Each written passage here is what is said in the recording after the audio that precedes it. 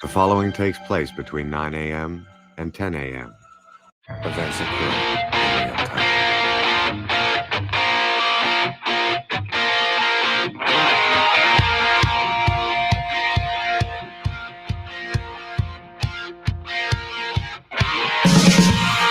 Hey, good morning, everyone. Welcome to FBC Radio Live. It's Friday. It's December the 10th.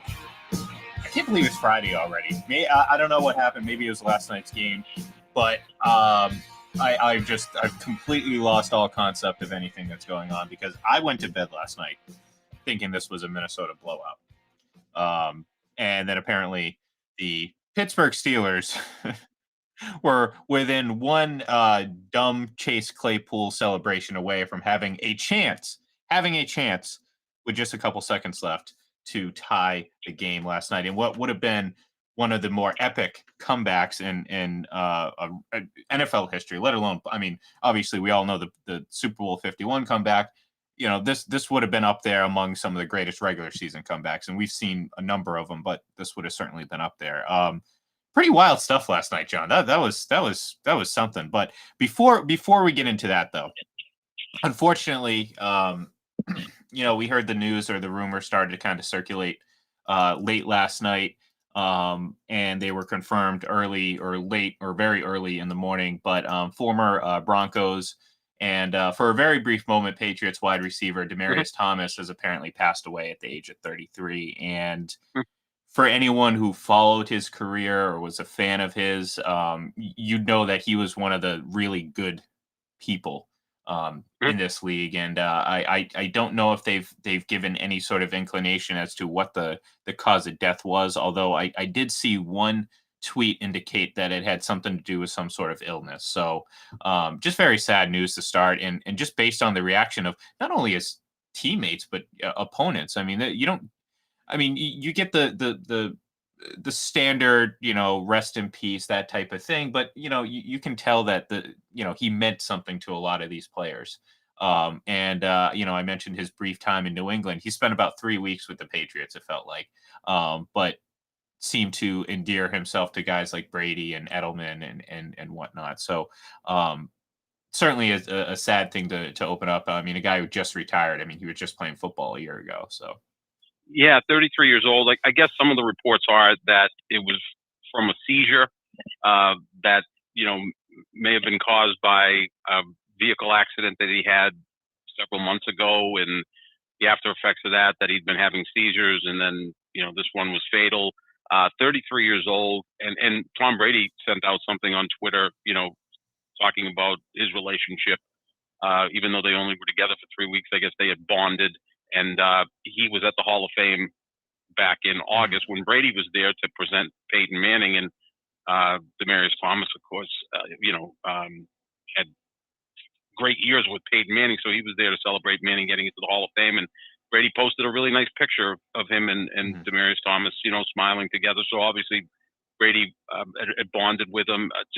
It's just so sad when you hear these things, and so many young guys we see that played in the NFL, they die so young, and it just would lead you to believe that what takes place on the football field and getting ready to play on the football field with all those injuries, I mean, it can't make you a healthy person later, when you're putting up with all that. But the report is that it was a car accident that took place months ago, and it led to some seizures, and it may have been the one, whatever. His life is incredible. His dad was in the military. His mom was incarcerated when he was 11 years old, and he was working before school, on a farm to try to make ends meet for himself, and just seemed like a really good guy. And I had forgotten how good he was. He had 4 straight years with 90 or more catches with more than 1,300 yards each season. That's ridiculous. He was really good. He was good, big, 6'3", 230. I mean, he got to play with Peyton Manning for those 4 years. That's always helpful for a wide receiver. But he again, it seemed like every notable wide receiver in the NFL put something out on Twitter last night, from Devontae Adams to the rest of the wide receivers, because they kind of have a brotherhood. Don't you get that feeling more than any other position? I mean, the quarterbacks are the CEOs, but the wide receivers seem to have some sort of brotherhood. And they all work together sometimes, and the older ones will reach out to the younger ones and help them, and it just seems like he really touched a lot of people. It's very sad.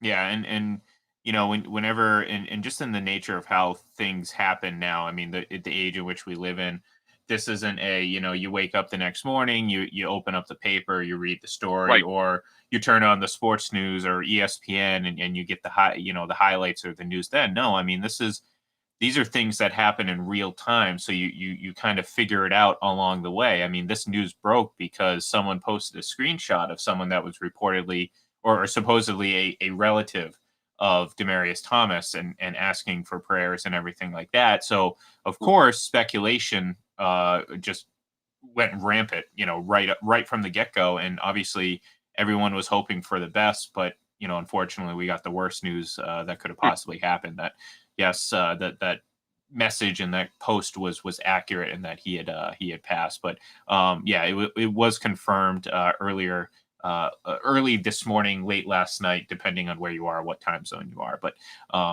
yeah, it's definitely a sad way to start the day. And again, if what you're saying is accurate when it comes to the car crash, I didn't know any of that. So like I said, I didn't read into it. That's just it's just a sad thing, unfortunate, just wrong place, wrong time that had life altering implications. So yeah, anyways, it's not a great way to start the day, I guess. But I did want to get mention that before we got into talking about last night's game in particular, just because again, there were it was an important game for both of these teams because both of them are very much in the playoff hunt outside of it right now, but very much still alive in both the AFC and NFC respectively.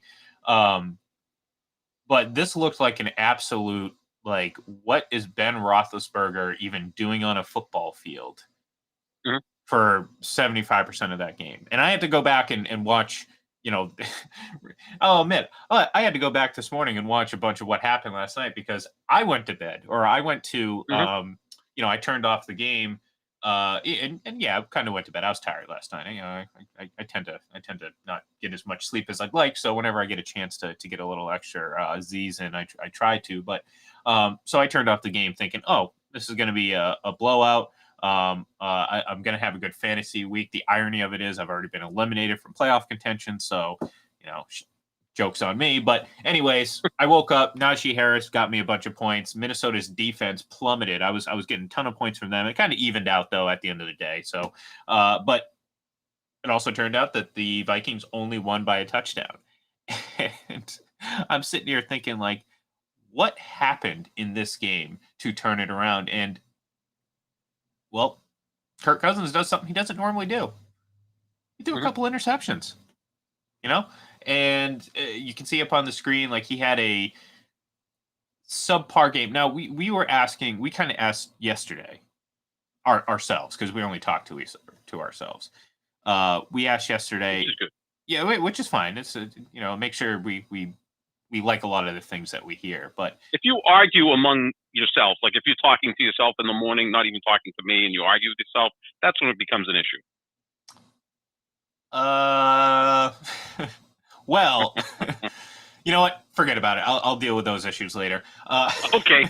I'm available. I'm available after the show for I'll put those on the back burner for now. But no, we tried to figure out, why is it that we cannot figure out what Kirk Cousins is? Because by all accounts, his numbers are right up there with some of the elite of the elite. I mean, you put him side by side with Aaron Rodgers, very similar numbers, but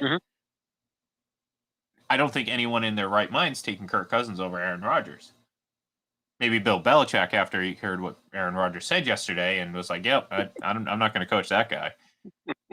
But that's the point, and that's what I kind of try to get at a lot, because in many different ways, whether it's quarterback talk, whether it's just trying to rehash what happened 20 years ago. If you're looking at just a box stat or a box score or a collection of numbers with no context or no a foundation to build your judgments on, it's pointless. It's pointless because again, line Kirk Cousins up right next to Aaron Rodgers, and you would say, okay, the numbers are very similar. You can do the same with Tom Brady. I mean, Brady's numbers are a little bit more inflated this year, obviously, than those two. So that's why I used Rodgers. But the point is like his numbers aren't going to vary that much. I mean, you bring in Ryan Tannehill, same thing.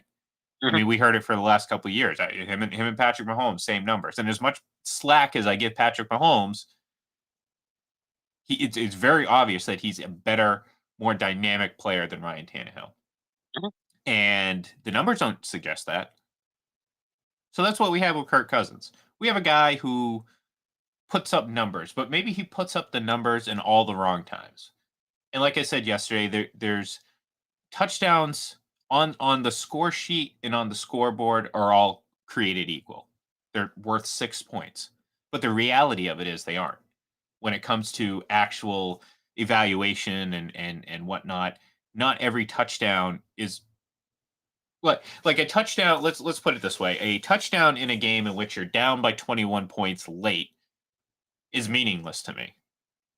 A touchdown when you're down, you know what I mean? You can have the same stat line. Say Kirk Cousins and Aaron Rodgers have the same exact stat line. Kirk Cousins gets a couple touchdowns late, and say, Aaron Rodgers leads. I'm giving Aaron Rodgers a lot of credit today. It's making me sick to my stomach right now. I'm winning this argument by not saying one word. I was going to say, you just let me say, talk Thank myself into a grave right now.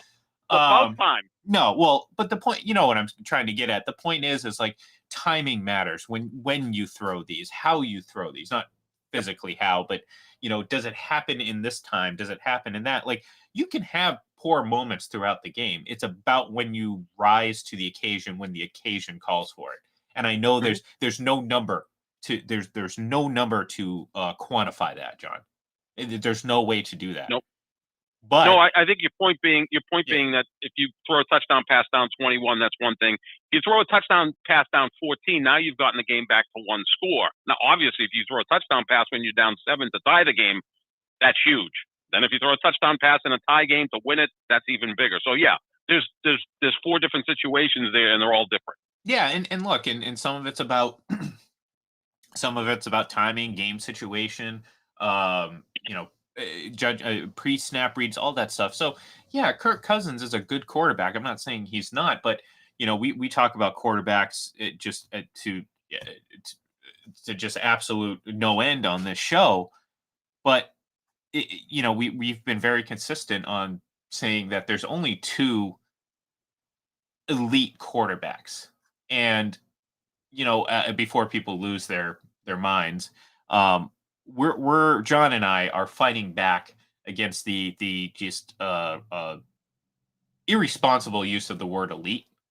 I mean, I'm pretty sure at some point Jared Goff was called elite, and clearly that's not true. Just because you have a good stretch of games doesn't mean you're elite. And we see it all the time. It's the same thing with the Hall of Fame stuff. Future Hall of Fame, future Hall of Fame, or future Hall of Fame. No. Just stop. GOAT. That's another word. That's another term that's been absolutely just hammered, to death and used inappropriately. So I don't know. I just elite to me just means Brady and Rodgers, because and this is what I point out, and I've been getting into these discussions about turnover worthy plays and dropped interceptions, and yesterday I was in a discussion about we talked about it a little bit about Patrick Mahomes has more tipped interceptions when the expected completion was above 75%, and I'm sitting here like scratching my head like, where are we coming up with these numbers? Okay, here are the numbers that I'm interested in. All right. Tom Brady and Aaron Rodgers are near the very bottom in the league in total turnover-worthy plays, meaning among every quarterback, not surprisingly, they put the ball in fewer situations that would create high danger situations. Brady, in fact, has fewer turnover-worthy plays this season than he has interceptions, which again adds up when you go through and just figure out which interceptions were truly on him and were not. Aaron Rodgers is obviously very low on the list as well. I think he has, I think he's in like the 9 or 10 range when it comes to turnover worthy plays this season, and Brady's at like 8. So again, very bottom of the list. Actually, I think it's even lower than that. I'll have to check. I apologize for not having it right in front of me.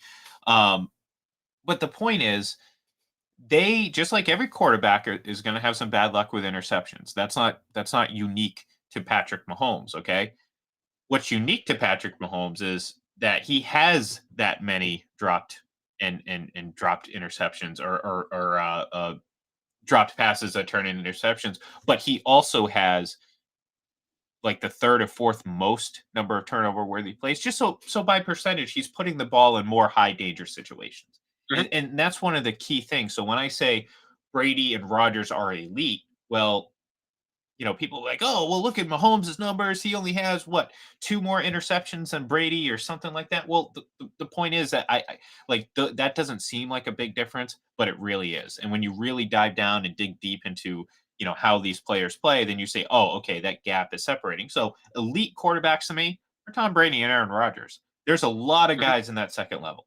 There's a lot of guys, and there's guys that are in that within that second level that are higher than each other, and so on and so forth.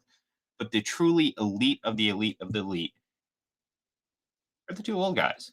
And then again, you deal with guys like Kirk Cousins, who I think may be at the bottom of that second tier. You know what I mean? Because Mhm. again, I still, as much as I give slack to Mahomes, I still give him a lot of credit, and I think he's a really good young quarterback, and perhaps could end up being the best of this new generation. You got to give it time to develop, and got to get stop running side by side every season. Like I don't know if you're a big South Park fan, John, but Mhm. there's an old global warming episode where the town freaks out because well, the dam broke, which it was Kyle and Cartman who did it. Mhm. But they try to blame it on global warming. So, Right. of course, the town gets in an uprise, and all of a sudden the town starts freaking out. So they go running out of the rec hall, and they're saying, "Oh, global warming's coming this way," and they start running down the street, and then they're like, "Oh no, now it's coming this way." That's what I feel Right. like when it comes to this evaluation.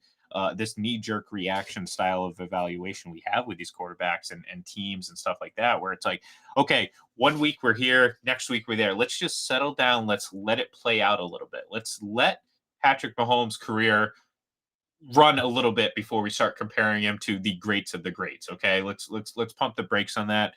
Let's relax on calling a second year player a future Hall of Famer. Let's just appreciate what they're doing, because it's getting to the point now where, like, I don't we're going to get to a point where there's never going to be any sort of consensus on evaluating anything in professional sports, let alone quarterback play. Yeah, I mean, it's obviously the two old guys have an incredible catalog, right? It's like a great band that's put out 17 albums and they've toured for 22 years. You can count on them being pretty damn good if you go to that concert. A younger group that's only been together for 5 or 6 years, they've got one album out, they've toured just once. We don't know what they're going to be like. Maybe they're going to be great. Maybe they're not going to be. They don't have the catalog that, say, Brady and Rodgers have with all the years they've played. And I just kind of point to it and talk about, that Mahomes didn't have a couple of his offensive linemen in the Super Bowl and it went haywire. And then we just saw a week and a half ago, Rodgers didn't have three of his offensive linemen, and I didn't really see any drop off in play. Put up over 30 against a pretty good Rams defense. It's just how you can handle when there's some chaos around you. And we've seen Brady do this for 22 years. Nothing surprises us with him. So that can come with time, or that maybe that never comes. Mm. I know you like Dak Prescott probably a little bit more than I do. And talk about a quarterback who puts up a lot of meaningless stats. I can't tell you how many times I've seen the Cowboys down 27-3, and then I've started next to thing you know, soften a little bit. Let's just put it yeah, that way. Yeah, like, yeah, look, it's he's I good. I like like him. I like Dak. I like the intangibles. I like all the intangibles. I just think physically he's limited as a quarterback. He's a good throw. He's not a Well, great thrower. this is a great example. This is a great example of, like, if I sat there and said, again, based on our meaning of elite, which is going to differ from Mhm. most people, because again, I think it's been watered down for quite some time. I wouldn't call him an elite quarterback, because again, he's kind of in that jumble of really good Right. quarterbacks. Yeah. Like, to me, elite is like, I don't want to say you almost have to have a championship to be considered elite, but you have to at least be competing for one, and Dak Prescott and the Cowboys haven't. And to your point, the more you think about it, it's like, okay, I mean, I don't have any sort of exact numbers, but the perception there, and folks, perception isn't always reality, and I could be guilty of doing this now. But to John's point, like like I said before, not every touchdown and yards are created equal. Mhm. So how valuable are the yards that Dak Prescott is gaining? Well, let's think of it this way. He's always, I mean, now this year, it's in the last couple of years, it started to you know deteriorate, not deteriorate, but like the play has dropped off a little bit on their offensive line. But when he came into the league, I mean, you remember that offensive line, the big Oh, money offensive line that was just like dominant from every angle you look at offensive line play. Like I mean, okay, so that's pretty nice soft landing spot. And then you have some pretty good talent around you. And then they had to go out and get Amari Cooper. Don't forget about that. Amari Cooper changed a lot for this Dallas team when he arrived he did. He because did. it gave Dak Prescott a really elite receiver to throw to. So yeah, I'm right there with you. I think I started to go on kind of a bit of a Well, rant there, but but I think with you look at Dak, and again, I like Dak a lot, but when Tyron Smith's not there at left tackle, he can't function. mhm. Aaron Rodgers has played the last calendar year without David Bakhtiari, who is with Tyron Smith one of the two or three best offensive tackles in Mhm. football. So Rodgers has survived without David Bakhtiari. Um, you know, if Dak doesn't have his full set of receivers, he puts up what 9 points against Kansas City Yeah. because Amari Cooper's not there with COVID, and CeeDee Lamb, gets concussed late in the second quarter, and he can't function after that. So that's where you see how great a quarterback is when there's a lot going against them. When everything's in place, yeah, that's awesome. I mean, you go ahead and do what you have to do. And again, we're preface this by saying we both like Dak a lot, but he's in that second group of quarterbacks where there's a bunch of guys. And like I think Kirk Cousins might be the 12th best quarterback in football. I think Dak might be the 8th best quarterback in football. That's nothing to sneeze at, but let's not say, well, I would take him over this guy, and this guy who I think are clearly better.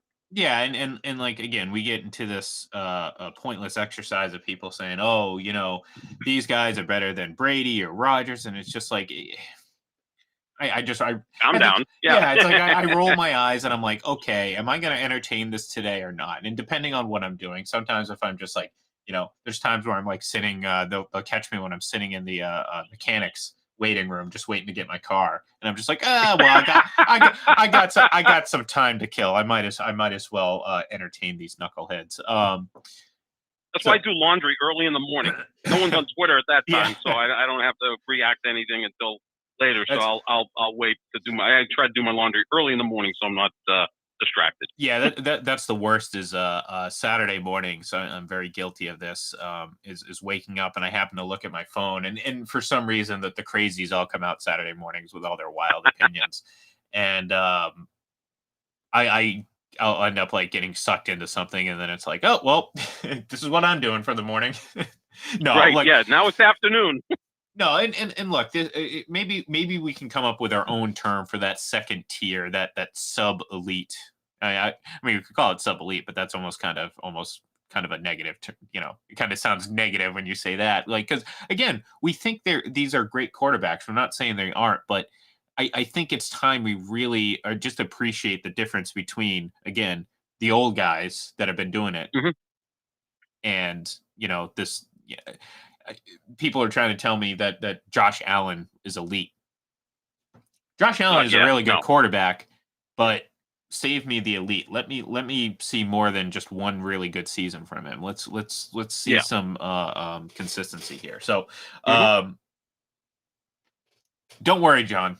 I'm not going to forget to mention Aaron Rodgers because before we get to our picks, though, before we get to I our tried to picks, stall as much as I could. I know you did. I know you did. Hey, I gave him a lot of praise.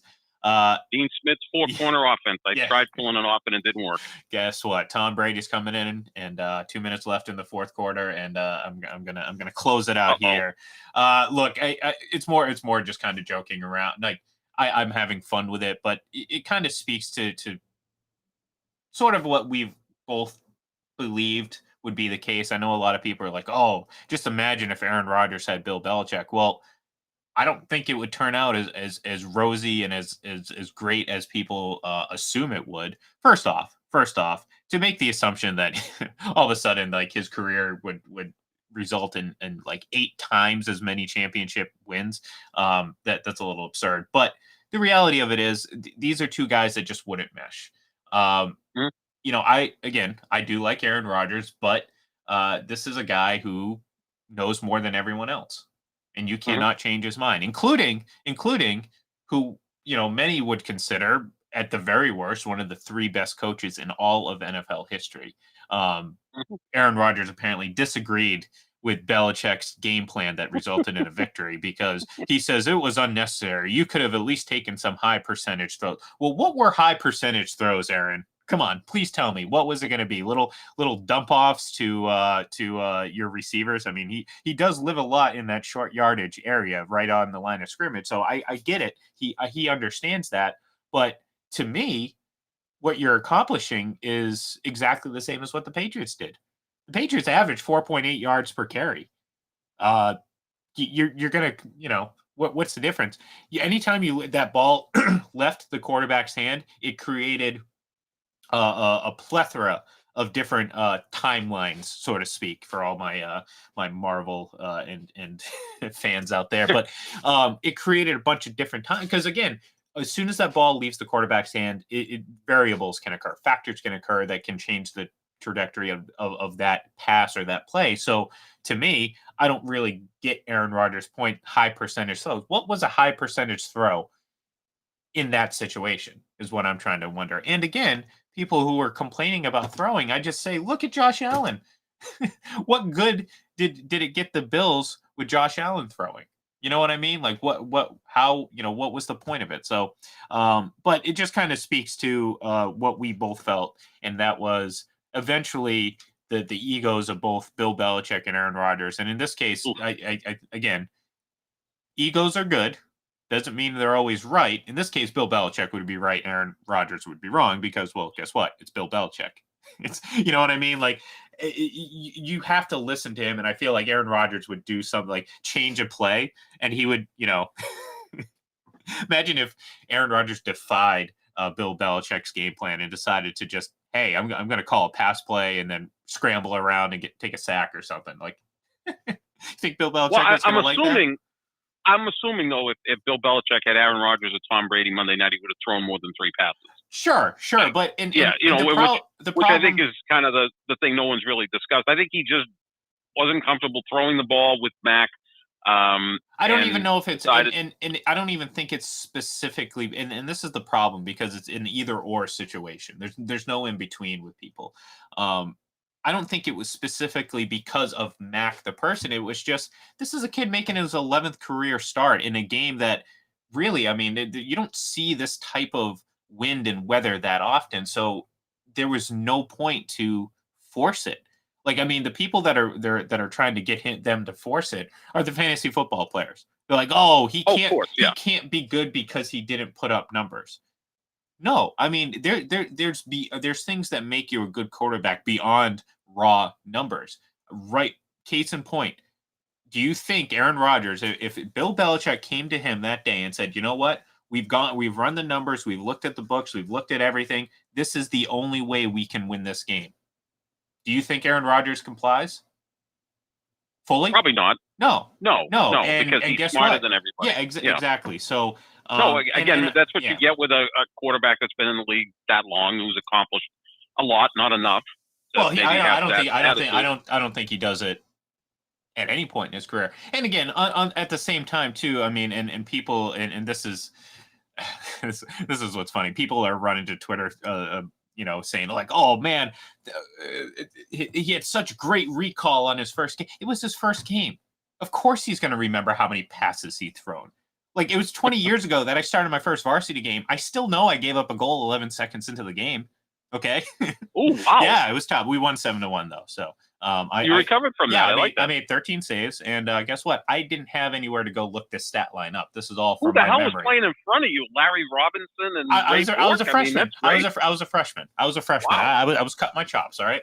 So yeah, No, I'm not. I'm impressed by that. But who you had quite the defensive core if you only Oh, faced 13 shots? This was the bad team. they gave me a soft landing. Let's just put it that way. They gave me the Jacksonville Good. Jaguars of our That's okay. That's okay. Metro. Hey, Buffalo couldn't handle that. Even Buffalo couldn't Yeah, beat that's true. Jacksonville. That's true. So That's true. you still got to go out there and do your job, as Belichick would say. Exactly. But people are like, oh, look at that recall. Well, of course he's going to remember. Plus, it takes 2 seconds for him to pull it up online and look. So you're telling me that he could have like taken 2 seconds before he got on the air and been like, but that's the point. I mean, Aaron Rodgers sycophants. I mean, they'll sit there and sit there and be like, oh, that is amazing recollection. It's like, it's not really. And to a bigger point, he's making all these comments. Well, he sat for 3 years. 3 years before he started a single game. So you think that's not advantageous? And you're going to sit here and pass judgment on Bill Belichick and to an extent Mac Jones. It falls in line with his character because he's the smartest guy in the room. But that's why I love him, because someone asked him a question, he gave an honest answer.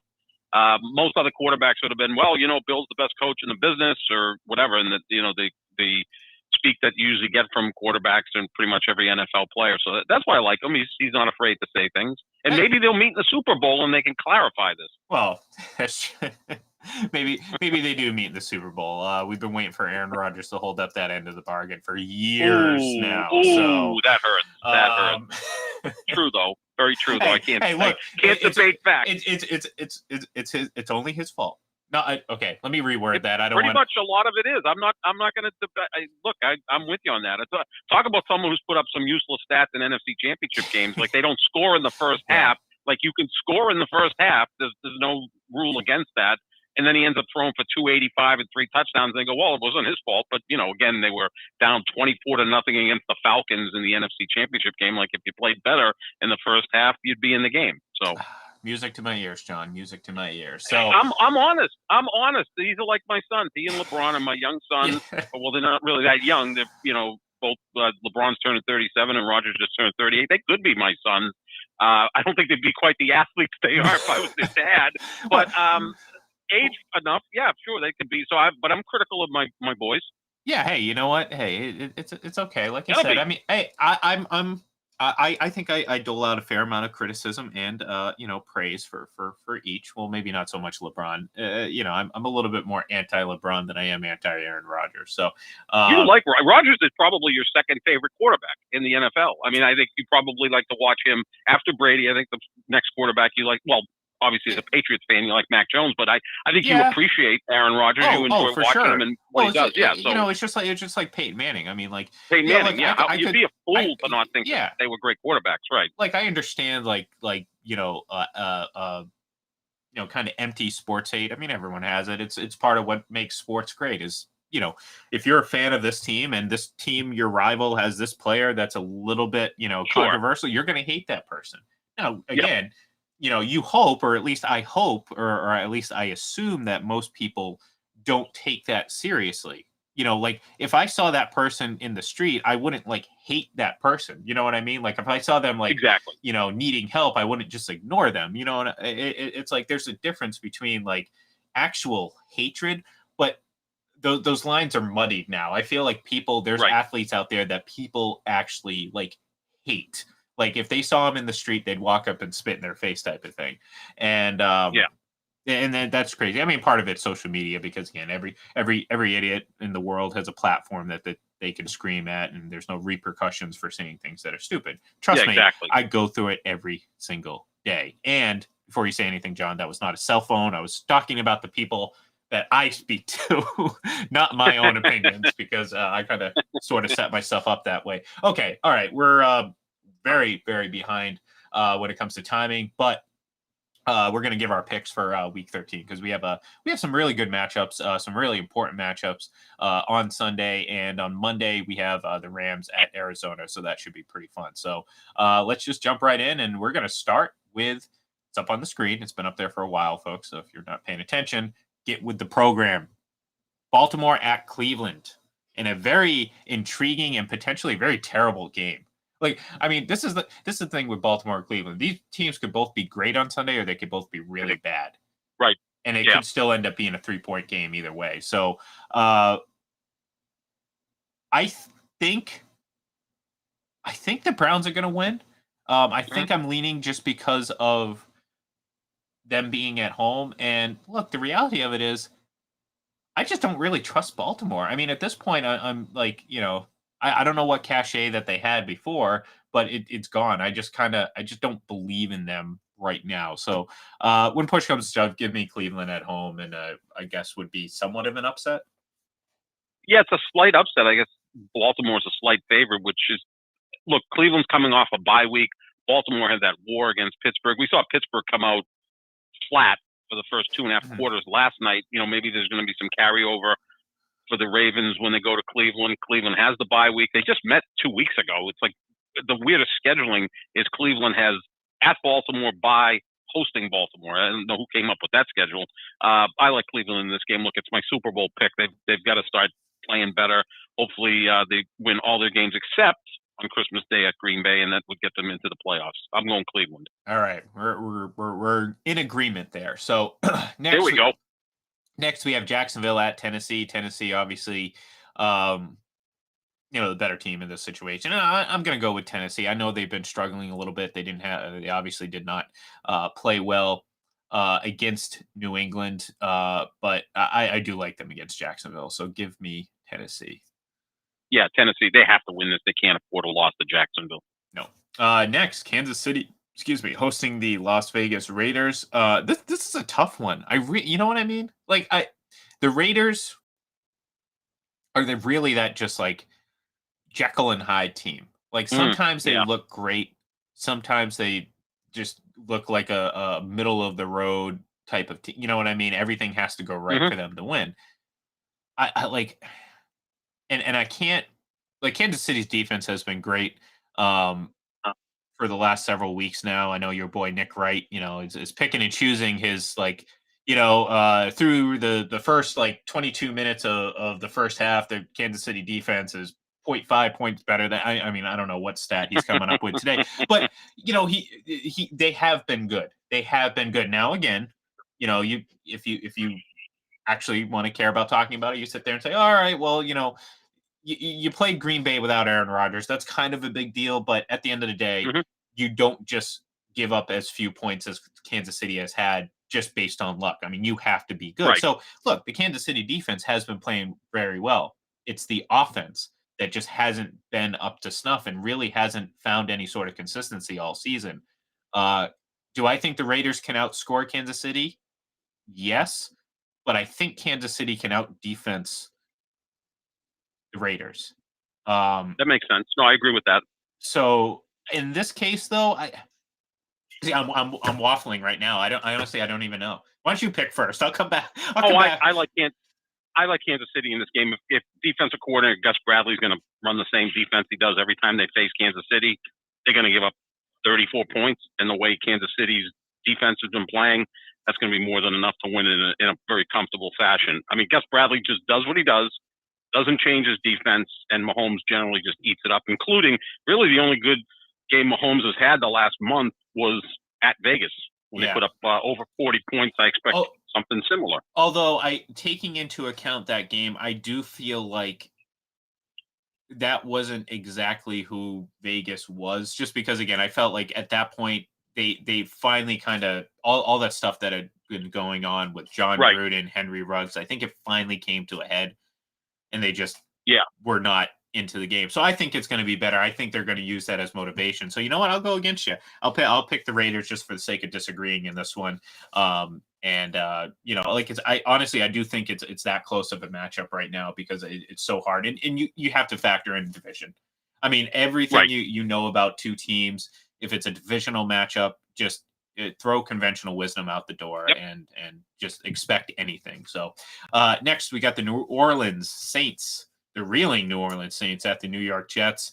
In most cases, I probably pick against New Orleans. In this case, I will not. Saints win. Yeah, Saints. I mean, they still have a pretty decent defense, and it may cause problems for Zach Wilson, who had a good half last week and then didn't play well in the second half. Sometimes you get that with a young quarterback who doesn't have a lot around him. I'll go Saints comfortably. Washington hosting Dallas. This might make Uncle Skip angry, but I'm going to go with the football team at home. We've talked about them for a few weeks now. I think they're starting to really come around and play some really good football and good timing for them because, well, they just have division games, so they can really, really make some moves here in the last few weeks of the season. Yeah, I'm going to disagree. I'll go with Dallas. I think they kind of found themselves a little bit last week. So, they're getting healthier at the right time. And when they've got their receiving core healthy, their offensive line buttoned up, Dak tends to shred defenses, and I think he'll be able to do it today. But you got to give Washington a lot of credit. They've won 4 in a row. They beat Tampa. Yeah. That was an impressive win. And they're a well-coached team. They're tough-minded, but I think Dallas just has too much front-end talent, and they'll be able to get the victory in the nation's capital. Carolina hosting division rival Atlanta Falcons at 1 p.m. in Raleigh. You know what? I'm going to pick Atlanta here. I mean, this is a toss-up to me because neither team has played well at all. They've had stretches where they've looked pretty good. I think if you remember the beginning of the season, we all felt that Carolina might be one of those teams, and they trade for Stephon Gilmore, who is obviously still a great player, but again, talent doesn't equal success. It's how the team is constituted. So I don't think either team is really good right now. I do think Atlanta has a little bit more boom potential. And I think today's one, or this Sunday is one of those boom games. So give me the Falcons, or just like like in that old Simpsons episode where Mo Sizlak is talking, he's like, "I'll take the Atlanta Falcons." Yeah, real confident, right? Yeah. I'll take Atlanta as well. I just the edge of quarterback, I'll go with that. And if they can protect Matt Ryan, I think he'll have a decent day. All right, Seattle, the dreaded Seahawks, going to Houston to take on the Texans. You know what? I'm going to say it right now. I don't even know what the rest of their got. I'm just going to pick against the Seahawks the rest of the season. I don't care who they play. Yeah, part of it's just enjoying watching the Seattle ship sink a little bit here. But part of me hopes that maybe this whole situation will humble Russell Wilson just a little bit. So maybe we can avoid getting any sort of home videos anymore because I can't take it anymore. But give me Houston. Tyrod Taylor isn't going to play, I believe, correct? I believe he's out, right? Yeah, that's what I'm hearing. Yep. So you're going to get Davis Mills again, which is fine. I mean, he's had some good stretches, but for no other reason other than I'm just going to pick against Seattle for the rest of the season. Give me the Houston Texans. Yeah, I've been talking about an ugly game. I'll just go on the other side because I think Seattle still has the edge at quarterback, and they're still, mathematically alive for last and 7th playoff spots. I'll take Seattle. Next, we have Denver hosting the 1-win Detroit Lions, and boy, was that a big win. Man, I hope I never get to a point where I am excited over 1 win like Detroit Lions fans and commentators were. It's a tough life to live, but hats off to all those lifelong Lions fans who've had to just deal with this, because this isn't just an era thing. This is a generational thing with the Lions. Like, it's just generation after generation, and I do feel bad. But they've won 1 playoff game in 65 years. Yeah, that's like I don't even know how that's possible. Yeah, I mean, people want Bill Belichick fired for only winning 1 playoff game every year. Right? Yeah, it's a down year. Right? Yeah, it's crazy, but unfortunately for them, they do not reach 2 wins this week. I do think Denver wins this in what has now become a pretty emotional game for this organization.